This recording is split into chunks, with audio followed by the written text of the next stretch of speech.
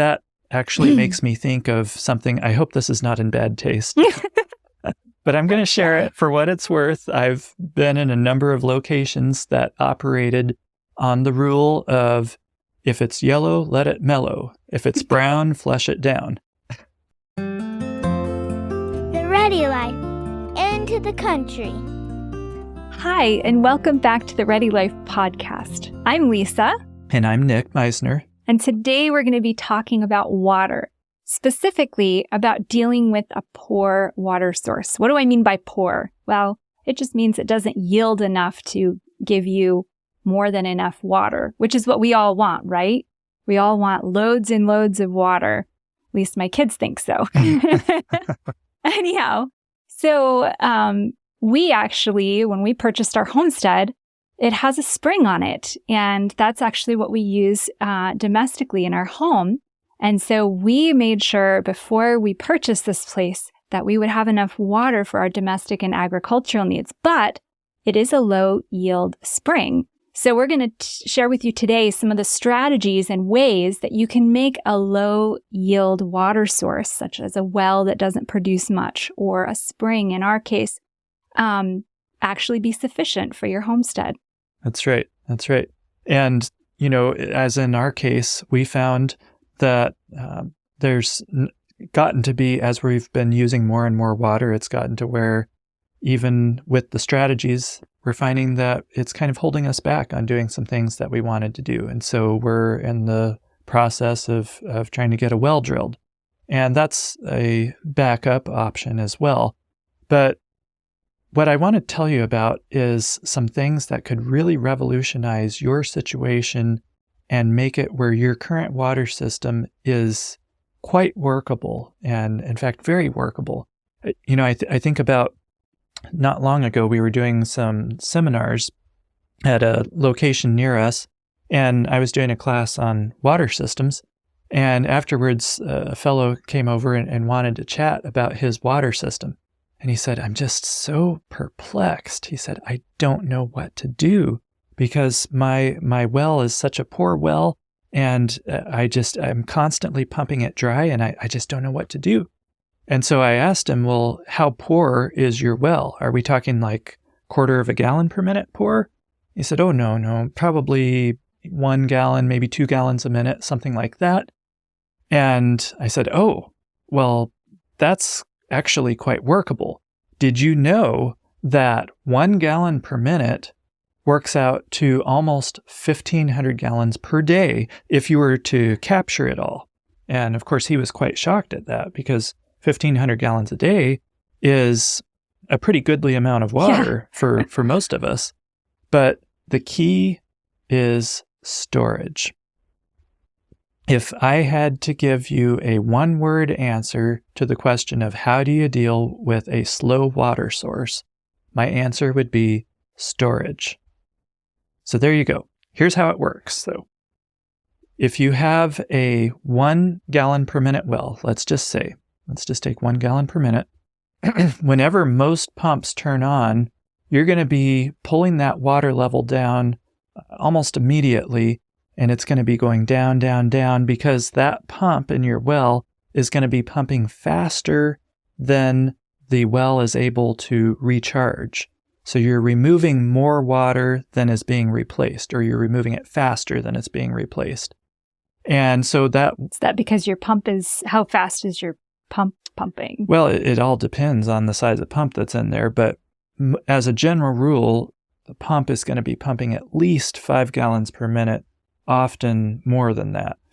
And so if you have a 1 gallon per minute well and you're pumping 5 gallons a minute, you can see the water level is going to go down really fast. That's right. And so it's going to keep going down, down, down until eventually the pump starts cavitating. That means it's pumping air, which means you've pumped the well dry. Uh-oh. Bottom line. That doesn't sound good. Dry. Yeah. And if you have a slow water source, you know exactly what I'm talking about because you've pumped your well dry many times probably. And so you turn the pump off and you wait a while, and eventually the water level goes up, up, up, up. until it gets back to your normal static water level. Now, what is your static water level? Your static water level is the point at which the water settles out. If you're not pumping any water out, eventually it's going to settle out at this level. And it could be 100 feet down, could be 200 feet down, could be 30 feet below surface. So what if I look at my well log and it says my well is like 320 feet deep? Is that my static water level? That tells you nothing about the static water level because okay. your well could be 320 feet deep, but your static water level could be 50 feet. There's all kinds of pressures being exerted on the aquifer underground, and even if they hit water at 100 feet, the static water level could work out to be higher than that. Oh, wow. So, but the static water level is actually on the well log. It's just in a different place than the overall depth of the well. It just seems most people know how deep their well is, but they really don't know where their static water level is. Well, the reason they know how deep their well is because that's how they paid. They paid by the foot. And so they know how deep that well was. But anyhow, what you're going to do is you're going to pump the well dry. You're going to blow that water out as fast as you can, pump that well dry.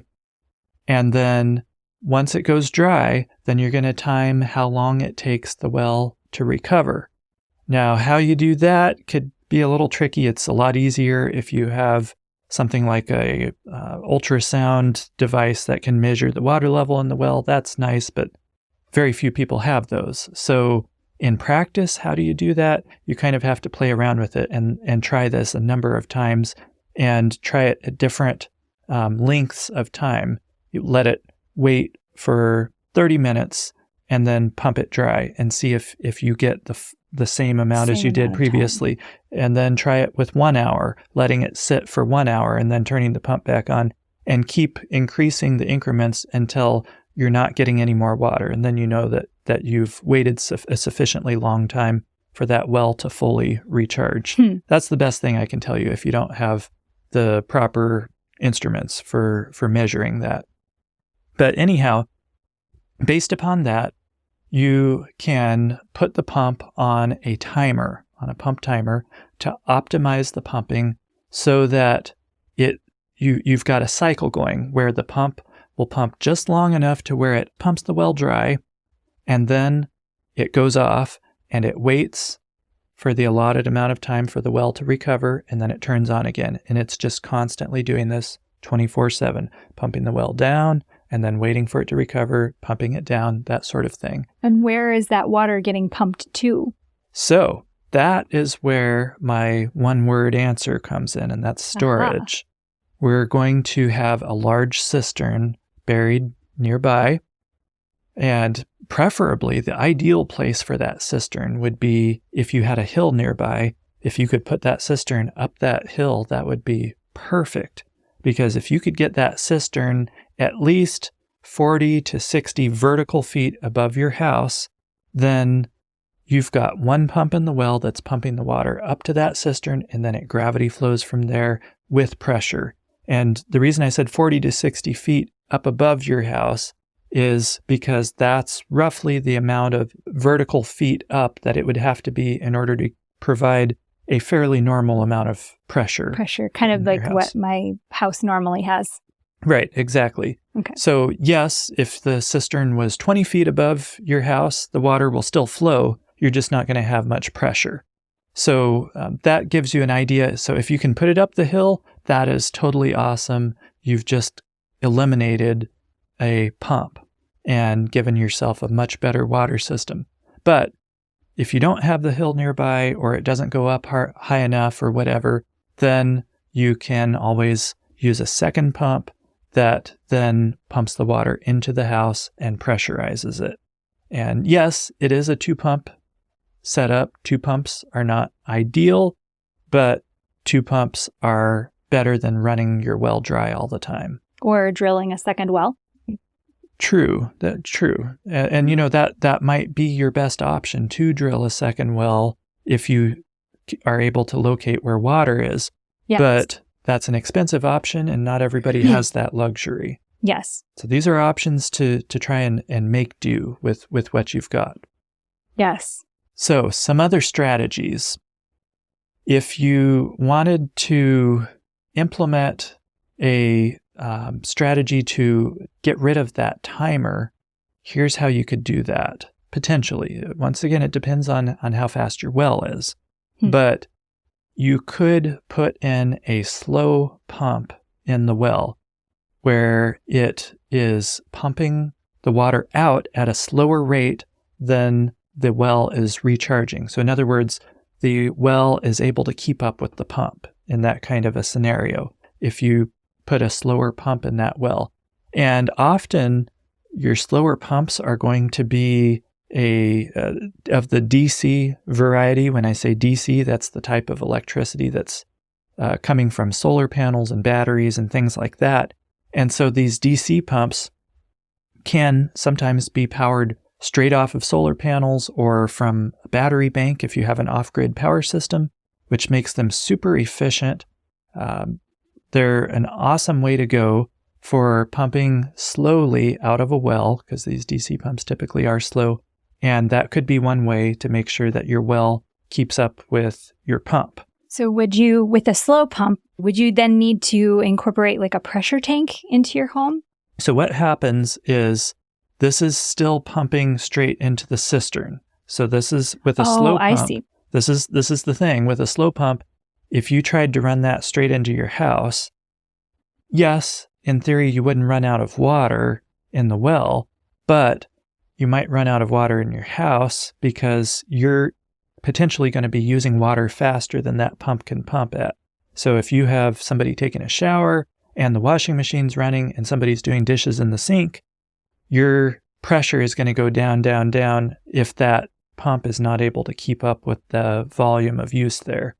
So that's why I say with the slow pump method, you really do need to still go into a cistern, let it collect there, and then you've got a faster pump in the cistern that pumps to the house. Right. Got it.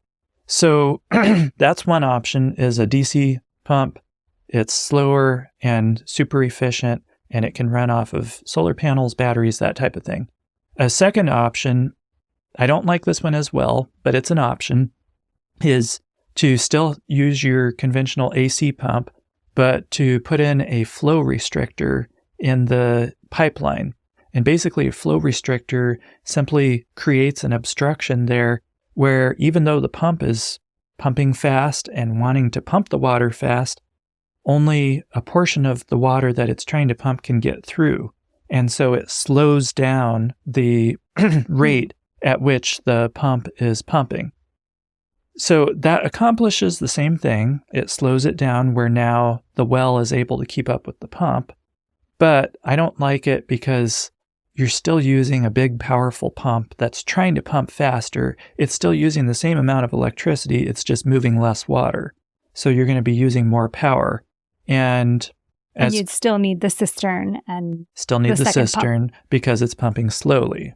Yeah. Yeah. So, but it is an option. And that's something that you could do. But either way, either of those options are ways that you could avoid the complex timer system, since now the well is able to keep up with the pump as long as you set it up properly.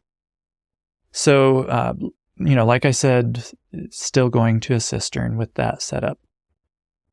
So we've looked at some options, and there's a 1,000 different ways that you could do this, but these are some of the options that I shared with that gentleman that came to our seminar. And I remember the look of relief on his face. He was like, "Thank you so much. I know what to do now." He's like, I was at a complete loss to know how to make this work. I thought I was going to have to drill another $30,000 well, but now he knew how to make it work, and he'll have plenty of water with the amount that he had.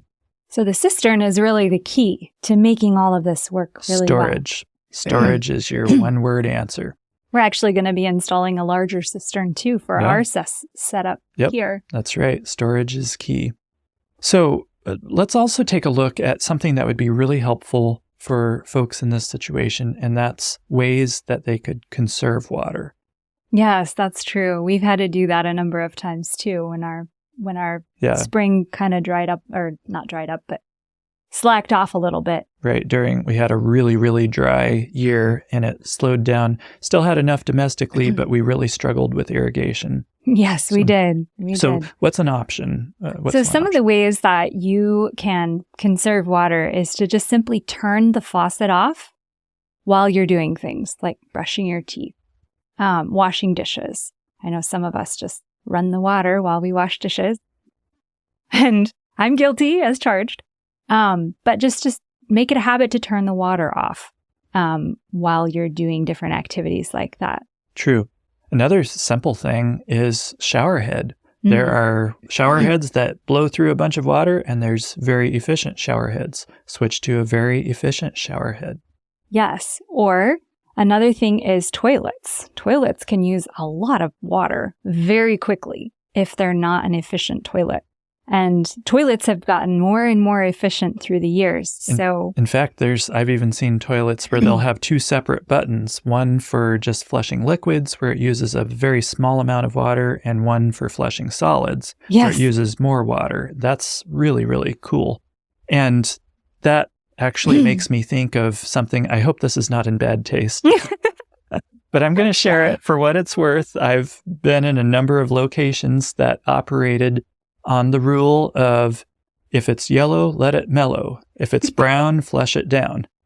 I remember the first time I saw that. We were down in Rotan, and we went scuba diving for the first time in my life. And the little shop there where we would get our scuba gear and all of our training and everything, they had in their bathroom, they had a little sign that said exactly those words. If it's yellow, let it mellow. If it's brown, flush it down. That was on our honeymoon. That was a fun trip. That was. Anyway, we've had to use that strategy a time or two. Like Nick said, on that year when it got really, really dry, we had fires really bad that year, and our spring slacked off on us. And so, we had to implement some strategies like that. So one area where you can save a ton of water, though, is irrigation. I should say save or use a lot of water. That's going to be by far your number one consumer of water if you do any, great extent of irrigation, whether it's your garden, your lawn, whatever. You can plow through so much water that way. So one thing that comes to mind is, obviously, the obvious first thing that folks are going to look at is the method of irrigation. Are they using impact sprinklers, which is the most inefficient way to water? You're losing so much to evaporation, so much of it is getting in places where it doesn't need to, all that sort of thing. So, drip irrigation obviously is a much more water conservative method. Also, I've seen these little micro sprinkler systems where, there's little tubes running and it puts a little micro sprinkler right where it's the needed. Plant is. Yeah. You can do that kind of a thing if you want, or anything that's getting the water very targeted right where it needs to go and exposing it as little as possible to the air and the heat where it evaporates and that sort of thing. Yeah, another strategy for saving on irrigation is what time of day that you're watering. Watering in the morning or in the evening, you'll have less evaporation. Try and go out and water in the middle of the day, and that hot sun is just going to evaporate a lot of that water. So that will help also. True. And another thing that we've found to be really effective is mulch. A good thick mulch can really, really help to hold the water in, and especially in our soil, because our soil is naturally silty, sandy type of soil. And so the water disappears so quickly. But if we use a good mulch, then that can really help to hold the moisture in better.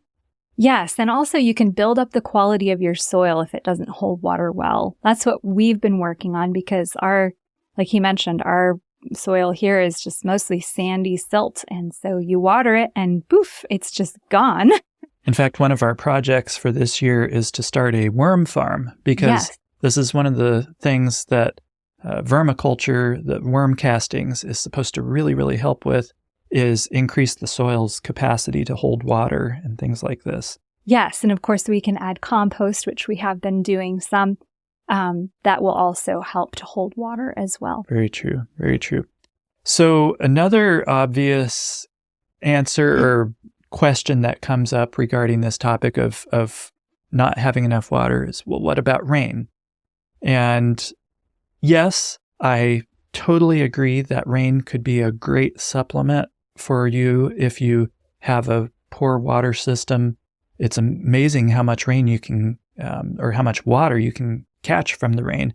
In fact, if you got 1 inch of rain, which I realize that's a lot in one downpour, but over a period of a month, that's actually not much water over, when it's spread out. So just take 1 inch of rain on a 1,000 square foot roof house. That's a relatively small house. 1 inch of rain on that 1,000 square foot roof is roughly 623 gallons if you were to capture it all.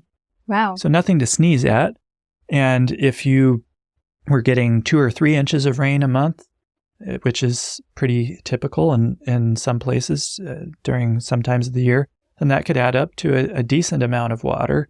And you would, of course, have to have a huge amount of storage for collecting that water so that you can especially collect it during times when you're getting more rain to get you through times when it's drier. Yeah, and less rain. Because like in our neck of the woods, we have a period of about 3 months or so where we get very little rain on most years, almost nothing, and it's hot and everything. And so it would be difficult. It would help us out in the early part of that, but you'd have to have a ton of storage to help you out in the later end of the summer for us.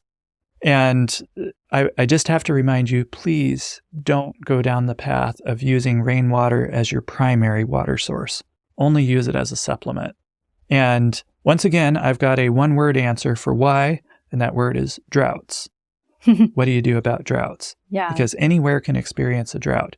I remember one time many years ago when I visited Bermuda, and some friends hosted us, and they were showing us around, and lots of people there have rainwater systems, and they have massive underground cisterns underneath their house. There's just not a lot of water available otherwise there, and so they kind of have to do that. And I remember asking, well, what do you do during droughts? Do you ever have droughts? And they said, they get fairly consistent rain, but they have had some droughts. And I said, well, what did you do? They said, well, we had to hire somebody to haul water in and fill our cistern up.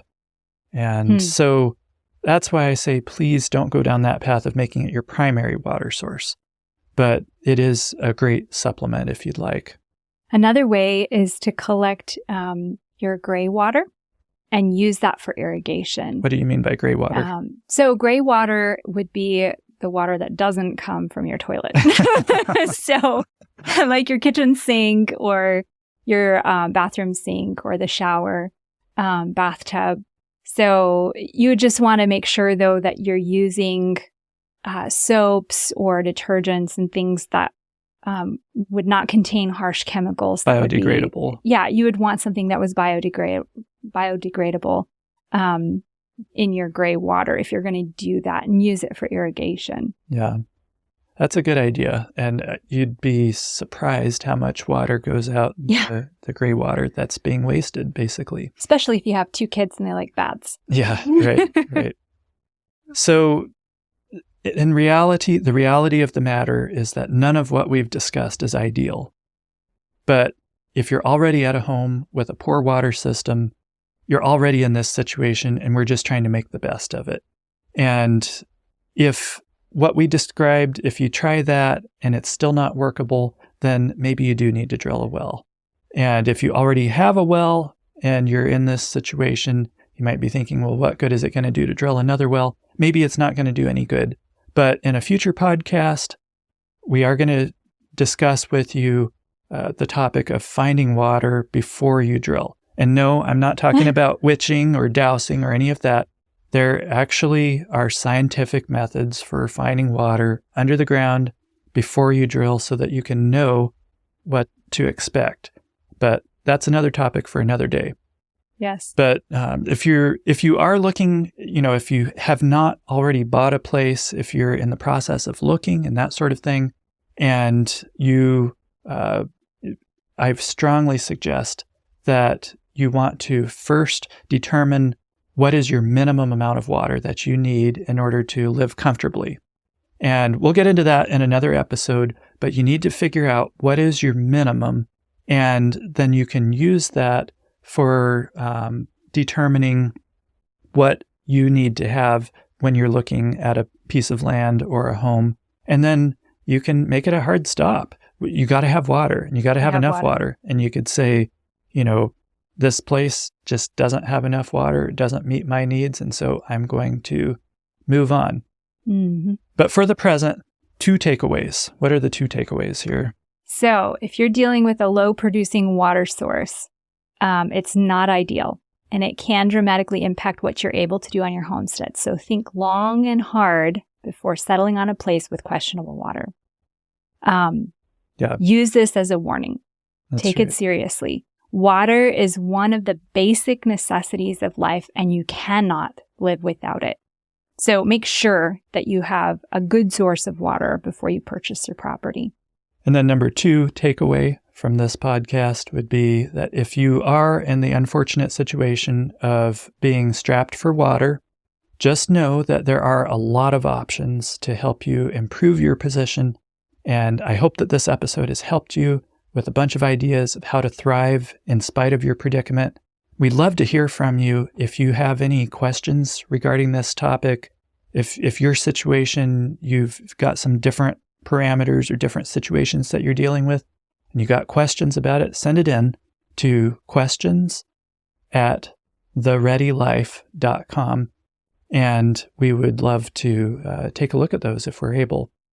Also, if you appreciated this episode, would you mind helping us get the word out? You can do that by sharing this with your friends, by texting or emailing a link to them, or to the show notes on our page. Or you could share a link to the podcast on your social media platform of choice. Or leave a comment, a thumbs up, or a review on your favorite podcast platform. And also, if you're not subscribed to our email newsletter, you really, really need to be. It's totally free, and it's going to give you access to a bunch of additional resources that we send out. Plus, you'll get notifications of future episodes when they're released and all that sort of thing. So just visit the show notes page that's linked to in the description this episode, and you can subscribe there. Anyhow, that's all we got. Thanks for joining us, and we look forward to seeing you next time.